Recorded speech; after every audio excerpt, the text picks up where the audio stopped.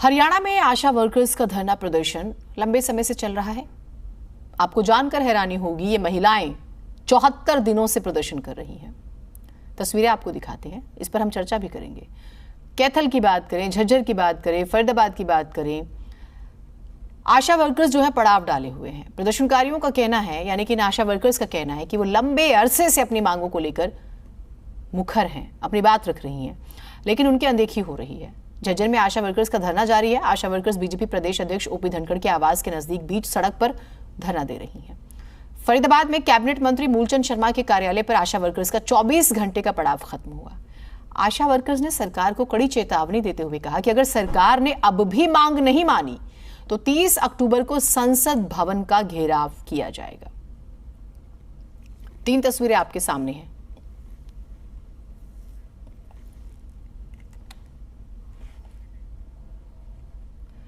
तो हरियाणा में आशा वर्कर्स की हड़ताल जारी है। कैथल में आशा वर्कर्स ने बीते कल पड़ाव डाला हुआ है, बीते कल से पड़ाव डाला हुआ है। प्रदर्शनकारियों का कहना है कि वो काफी लंबे अरसे से अपनी मांगों को लेकर मुखर हैं। सरकार उनकी अनदेखी कर रही है।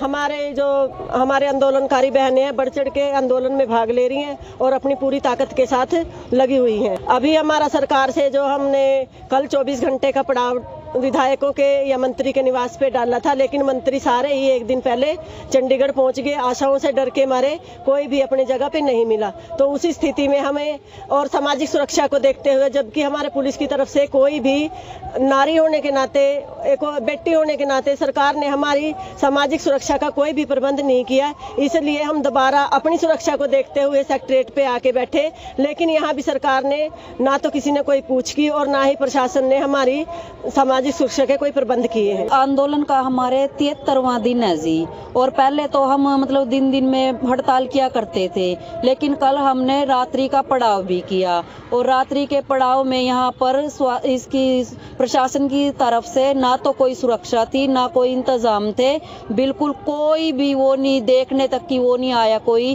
कि महिलाएं हैं और इनको सामाजिक सुरक्षा भी चाहिए। कोई इंतजाम नहीं था यहाँ। 3 बार वार्ता हो चुकी, लेकिन अब तक फाइनल नहीं हुआ मुख्यमंत्री जी का, तो इसीलिए पड़ाव डालने की हमें जरूरत पड़ी। हमारी मांगे हैं 26,000 न्यूनतम वेतन, ESI EPF का लाभ दिया जाए, मेडिकल भत्ता दिया जाए, कर्मचारी का दर्जा दिया जाए और रिटायरमेंट बेनिफिट हमें दिए जाएं। आज जो हमारी बहन बेटियां रात के पड़ाव में करने को लिए मजबूर हो रही हैं, अपनी हकों के लिए, अपने मांगों के लिए, तो ये सरकार जिम्मेवार है। अगर किसी भी बहन बेटी को, किसी आशा वर्कर को नुकसान पहुंचता है तो ये सरकार, प्रशासन जिम्मेवार है। सरकार को हम कहना चाहते हैं कि जल्दी समय रहते जाग जाओ, नहीं तो ये आप ही जिम्मेवार हो। और ये हमारा जो आंदोलन है बहुत आगे की तरफ चल रहा है और चलेगा जितनी देर हमारी मांगे पूरी नहीं हुई। हरियाणा में आशा वर्करों के आंदोलन का आज 73वां दिन है और अब आशा वर्करों ने जो नया किया है वो ये है कि अब ये रात्रि पड़ाव भी इन्होंने डाल दिया है, यानी कि 24 घंटे धरना प्रदर्शन में रहेंगी। कल इनको रात्रि पड़ाव मंत्रियों और विधायकों के निवास के बाहर डालना था, परंतु महिला होने के नाते सुरक्षा को देखते हुए इन्होंने खुद अपना रात्रि पड़ाव सचिवालय में डाल दिया है। और इनका कहना है कि सरकार बेटी बचाओ बेटी पढ़ाओ की बात कर रही है, लेकिन ये बेटियां दिन में भी और रात को भी बिना किसी सुरक्षा के सड़कों पर बैठी हैं। उन्हें इनकी तरफ ध्यान देना चाहिए। इनका जो न्यूनतम वेतन है वो 26,000 किया जाना चाहिए।